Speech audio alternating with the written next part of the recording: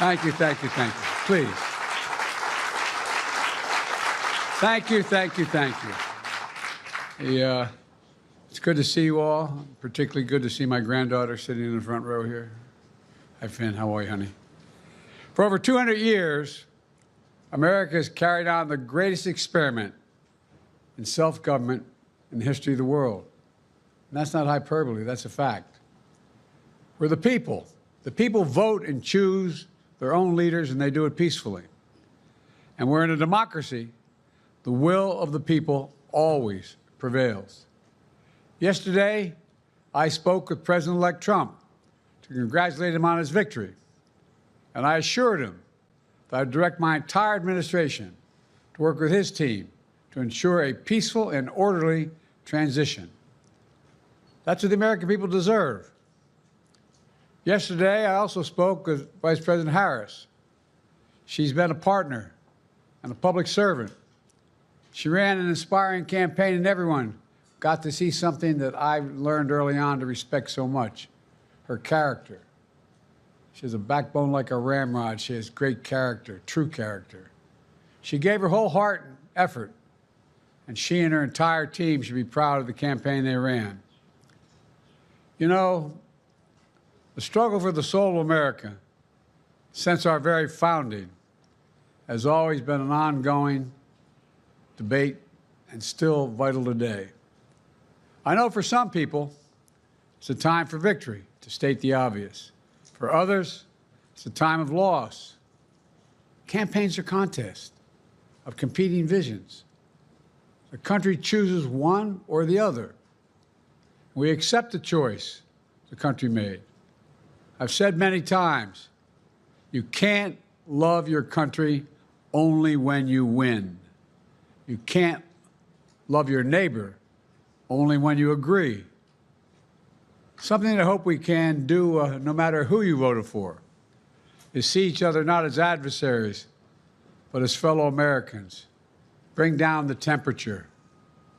I also hope we can lay to rest the question about the integrity of the American electoral system. It is honest, it is fair, and it is transparent.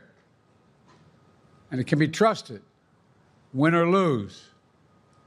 I also hope we can restore the respect for all our election workers who busted their necks and took risks at the outset. We should thank them. Thank them for staffing voting sites, counting the votes, and protecting the very integrity of the election. Many of them are volunteers who do it simply out of love for their country. And as they did their duty as citizens, I will do my duty as president. I'll fulfill my oath, and I will honor the Constitution. On January 20th, we'll have a peaceful transfer of power here in America. To all our incredible staff, supporters, cabinet members, all the people who've been hanging out with me for the last 4 years, God love you, as my mother would say, thank you so much. You put so much into the past 4 years. I know it's a difficult time. You're hurting. I hear you and I see you. But don't forget all that we accomplished. It's been a historic presidency. Not because I'm president, because what we've done, what you've done. A presidency for all Americans. Much of the work we've done is already being felt by the American people, but the vast majority of it will not be felt over the next 10 years. We have legislation we passed that's just only now just really kicking in. We're going to see over $1 trillion worth of infrastructure work done, changing people's lives in rural communities and communities that are in real difficulty, because it takes time to get it done. And so much more it's going to take time, but it's there. The road ahead is clear, assuming we sustain it. There's so much we can get done and will get done based on the way the legislation was passed. And it's truly historic. You know, we're leaving behind the strongest economy in the world. I know people are still hurting, but things are changing rapidly. Together, we've changed America for the better. Now we have 74 days to finish the term, our term. Let's make every day count. That's the responsibility we have to the American people. Look, folks, you all know it in your lives.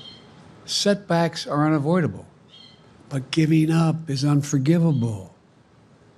Setbacks are unavoidable, but giving up is unforgivable. We all get knocked down. But the measure of our character, as my dad would say, is how quickly we get back up. Remember, a defeat does not mean we are defeated. We lost this battle. The America of your dreams is calling for you to get back up. That's the story of America for over 240 years and counting.